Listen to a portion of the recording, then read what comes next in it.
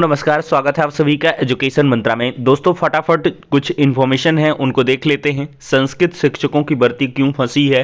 केंद्रीय सेवाओं में देखा जाए तो सिर्फ 20% ओबीसी कर्मचारी हैं और इसी माह शिक्षक भर्ती परीक्षा होने वाली है। यूपीपीएससी से जुड़ी हुई खबर है, 3000 नई दरोगा भर्ती की घोषणा हो चुकी है और विशेषज्ञ चिकित्सकों भी भर्ती के लिए जो आवेदन है वो आज से शुरू हो रहा है। दोस्तों ये बीजेपी उत्तर प्रदेश का ऑफिशियल पेज है फेसबुक का और इसमें लिखा है कि भाजपा सरकार प्रदेशवासियों को सुरक्षित माहौल उपलब्ध कराने के साथ युवाओं का भविष्य भी संवार रही है। और यहाँ पर दिया गया है कि प्रदेश को मिल रही है नई रफ्तार, युवाओं को मिल रहा रोजगार। और यहाँ पर दिया गया है कि यूपी में आरक्षी नागरिक पुलिस, आरक्षी पीएससी और फायरमैन के 35,757 पदों पर जल्द भर्ती होगी। दोस्तों देखा जाए तो पहले ये भर्ती 26,000 पदों पर हो रही थी, लेकिन इधर प्रमोशन वगैरह हुए हैं तो इस वजह से जो पद हैं वो खाली हो गए हैं और इसी वजह से जो ये पद हैं 35,000 बढ़कर हो गए हैं। मतलब पुलिस की जो भर्ती होगी आसान शब्दों में वो 35,000 पदों पर होगी। और यहाँ पर उप निरीक्षक एसआई की नई भर्ती है। दोस्तों ये भर्ती 850 पदों पर सिमट रही थी, लेकिन इसके भी पद बढ़ा दिए गए हैं। अब कुल मिलाकर 3000 पदों पर यूपी में दरोगा भर्ती होगी। तो दरोगा भर्ती के जो भी एस्पिरेंट्स हैं वो अभी से तैयार हो लें और इस भर्ती का नोटिफिकेशन दोस्तों आपको जनवरी या फरवरी महीने में देखने के लिए मिल सकता है। और ये मिशन 2024 के अंतर्गत भर्तियां सभी आ रही हैं, तो इन चीज़ों को समझना आपको बहुत ही जरूरी है। और यहाँ भी दिया है कि 1.5 लाख पुलिसकर्मी अभी तक भर्ती हो चुके हैं। तो मेरा मेन मोटिव यही है कि 3000 पदों पर यूपीएसआई भर्ती फिर से आ रही है। एक बेहतरीन और सुनहरा मौका आपको फिर मिल रहा है। दोस्तों नियमावली में संशोधन हो रहा है और इसी वजह से जो संस्कृत शिक्षकों की भर्ती है वो फंसी हुई है।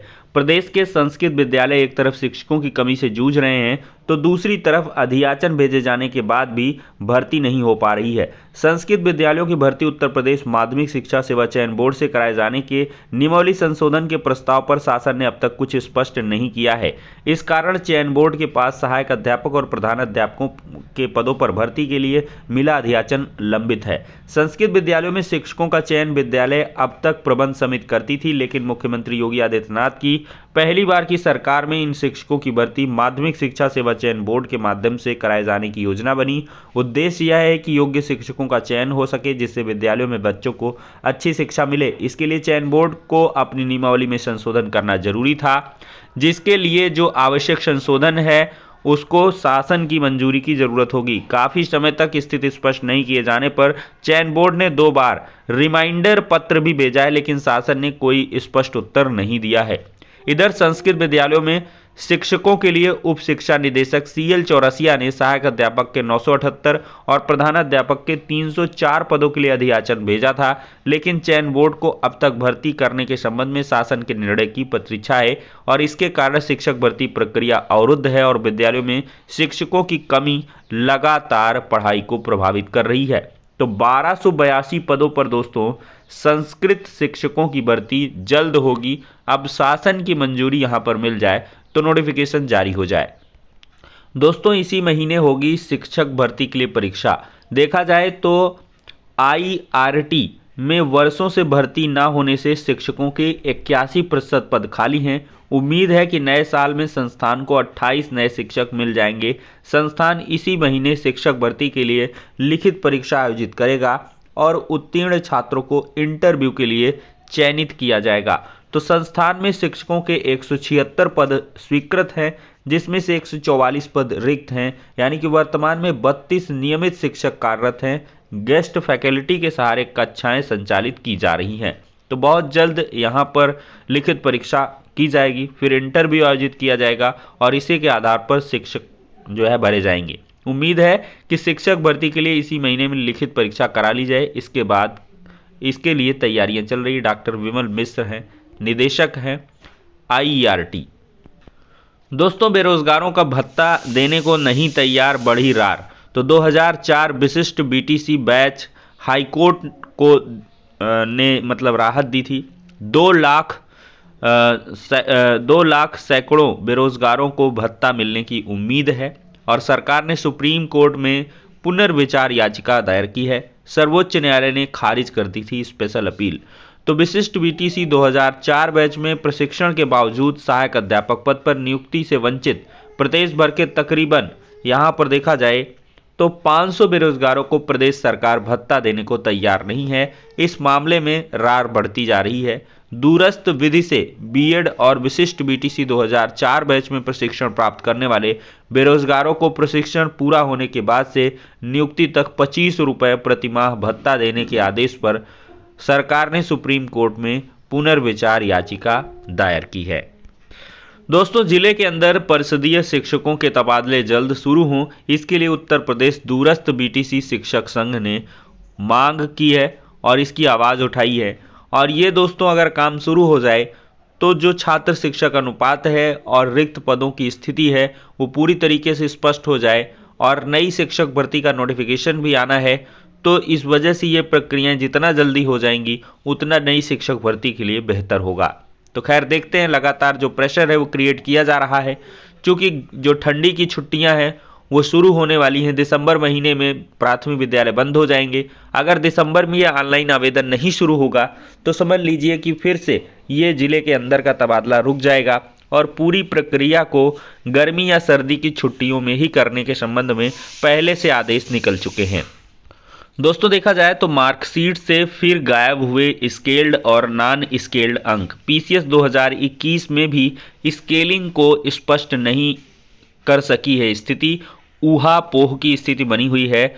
अंकों के हेरफेर के मामले में ही सीबीआई ने पीसीएस 2015 को लेकर मुकदमा दर्ज किया था। तो उत्तर प्रदेश लोक सेवा आयोग की तरफ से पीसीएस परीक्षा में स्केलिंग को लेकर स्थिति स्पष्ट न किए जाने से अभ्यर्थियों में ऊहापोह की स्थिति बनी हुई है। आयोग ने पिछले दिनों जारी पीसीएस 2021 के परिणाम के प्राप्तांक और कट ऑफ तो जारी कर दिए, लेकिन मार्कशीट में यह उल्लेख नहीं किया कि स्केलिंग के कितने अंक घटे या बढ़े हैं।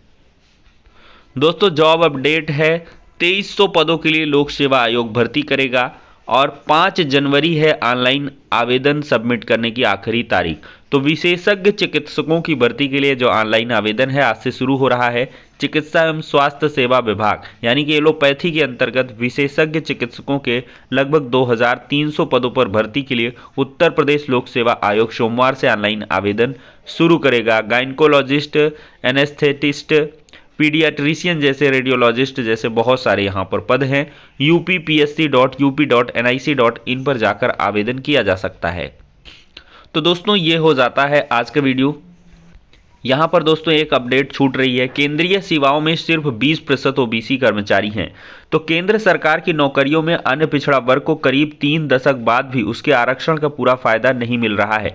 संविधान के तहत ओबीसी को 27% कोटा मिलना चाहिए, लेकिन केंद्र की नौकरियों में ओबीसी की जो हिस्सेदारी है सिर्फ 20% है। कार्मिक मंत्रालय की ओर से हाल में जारी वार्षिक रिपोर्ट के अनुसार 1 जनवरी 2019 को केंद्र सरकार के 55 मंत्रालयों और विभागों में ओबीसी कर्मचारियों की संख्या महज 20.43% थी।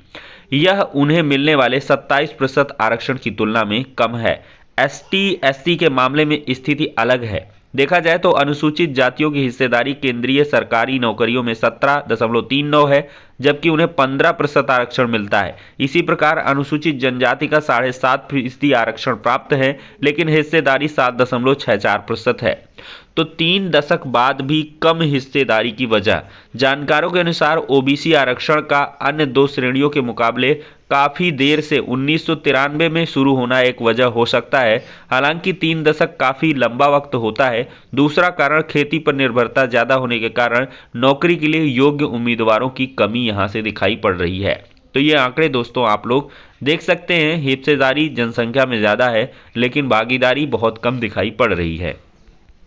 तो दोस्तों, आरक्षण एक विशद बिंदु है और इस पर लगातार जो समीक्षा है वो की जा रही है और आरक्षण के संबंध में जो बड़े फैसले हैं वो केंद्र सरकार के माध्यम से लिए जा सकते हैं। अब आरक्षण में जो आवश्यक संशोधन है वो भी किए जा सकते हैं। इसको कम भी किया जा सकता है, ज़्यादा भी किया जा सकता है। जातिगत जनगणना की जा सकती है। इसकी मांग लगातार चल रही है कि जिसकी जितनी हिस्सेदारी हो उतनी उसको जो है भागीदारी मिलनी चाहिए, उसको उतना आरक्षण मिलना चाहिए पॉपुलेशन के अकॉर्डिंग। तो ये बहुत बड़ा विशद बिंदु है। ईडब्ल्यूएस आरक्षण 10% दिया गया है। सुप्रीम कोर्ट ने उस पर मुहर भी लगाई है। इससे भी बहुत सारे लोगों को दिक्कतें हैं, कुछ को सही है भाई, जिसको मिलेगा उसको सही है, जिसको नहीं मिल रहा उसको दिक्कतें हैं। खैर वो अलग सा बिंदु हो गया। तो आरक्षण को लेकर कोई अपना मानक बढ़ा रहा है, कोई अपना बढ़ा रहा है। हर एक स्टेट अपना चुनावी लाभ लेने के लिए विभिन्न प्रकार के जो संशोधन हैं, विधेयक हैं, वो ला रहे हैं। तो ऐसे में देखते हैं निकट भविष्य में क्या कुछ आरक्षण को लेकर स्थिति बनती है। तो इस वीडियो में इतना ही, नेक्स्ट में मिलते हैं।